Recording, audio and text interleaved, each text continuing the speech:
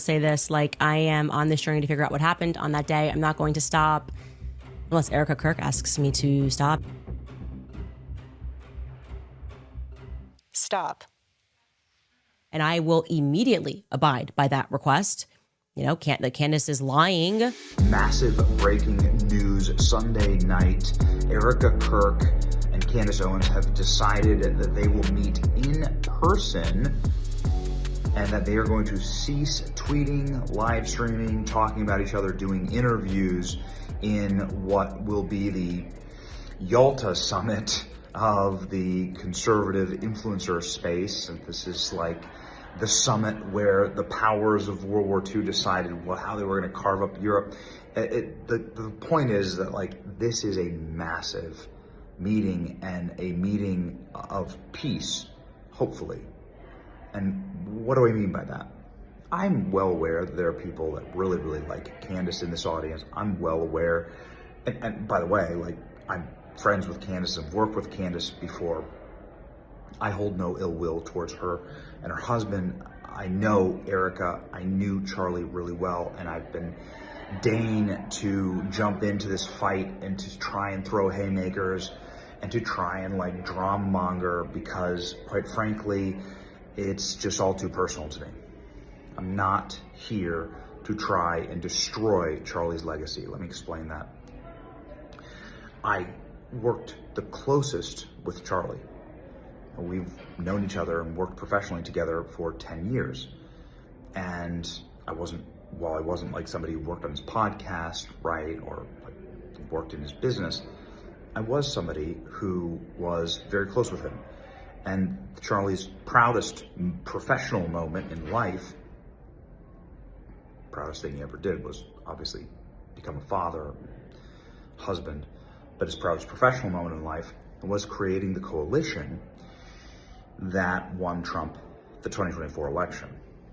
And Charlie was responsible for uniting Donald Trump with Elon Musk and JD Vance and RFK and a ton of libertarians, and even bringing forth some of the people who you never thought would ever endorse Donald Trump or work in a Donald Trump administration, like Marco Rubio is a good example. It's the guy who ran against Donald Trump in 2016. So anyway, the point is that what Charlie would hate, the desecration of Charlie's legacy, is destroying the conservative movement, ripping it to pieces, and making sure that there is no durable conservative movement, there is no unity in our party, and there is nothing but war. And if you're fighting war internally, you can't fight a war externally. You know, if you're taking friendly fire, you can't go out and fight the battle. And so this has now come to a head this week. Obviously, Erika Kirk's been doing a ton of media. Erika Kirk has now been open about her opinions on Candace Owens, and Candace Owens has gone after Erika. Charlie would hate that. like I gotta tell you, man, Charlie would hate it. And so this is me saying, I love it. I hope that peace comes from this. Maybe Candace just wanted to, be seen. I don't know. Like, I think there's a lot going on there. And as we have said many times, you have every right. You have a right to demand the demonstrable and empirical evidence be presented at trial, and for you to be able to see it and watch it and decipher for yourself like what is truly the case here. Obviously, the federal government has lied to us, and that's on them, not on us. And so, yes, like, trust but verify kind of thing, like just believe us, bro, move on, that kind of stuff's over.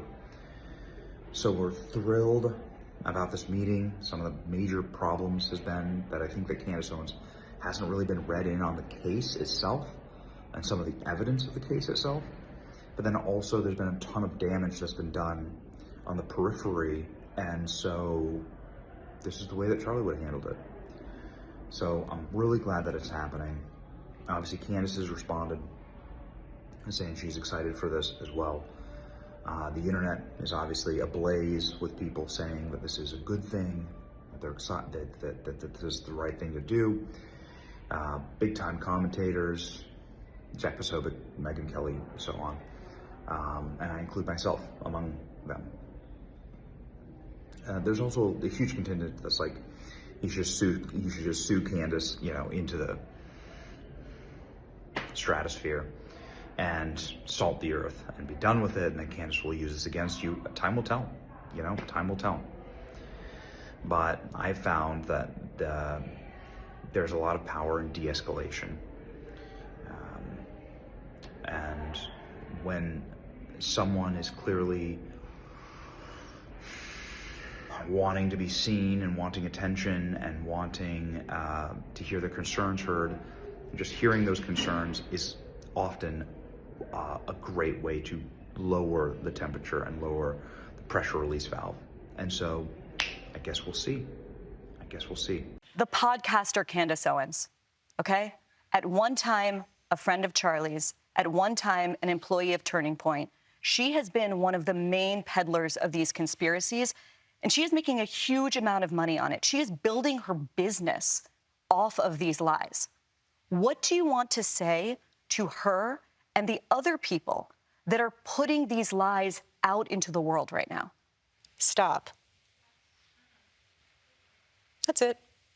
That's all I have to say. Stop.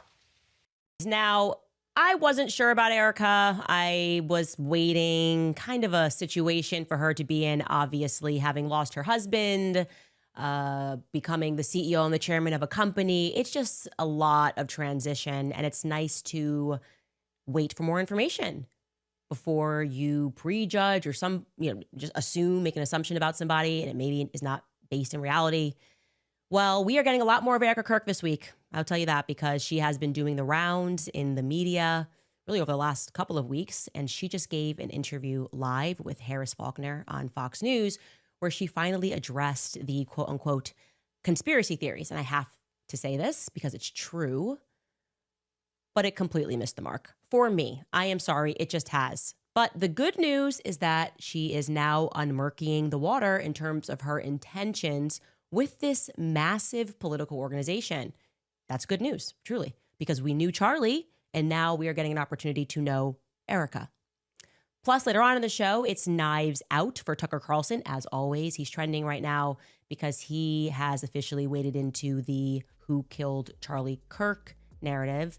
And since he is not a bought and paid for Fed, he is siding with not just the American people worldwide.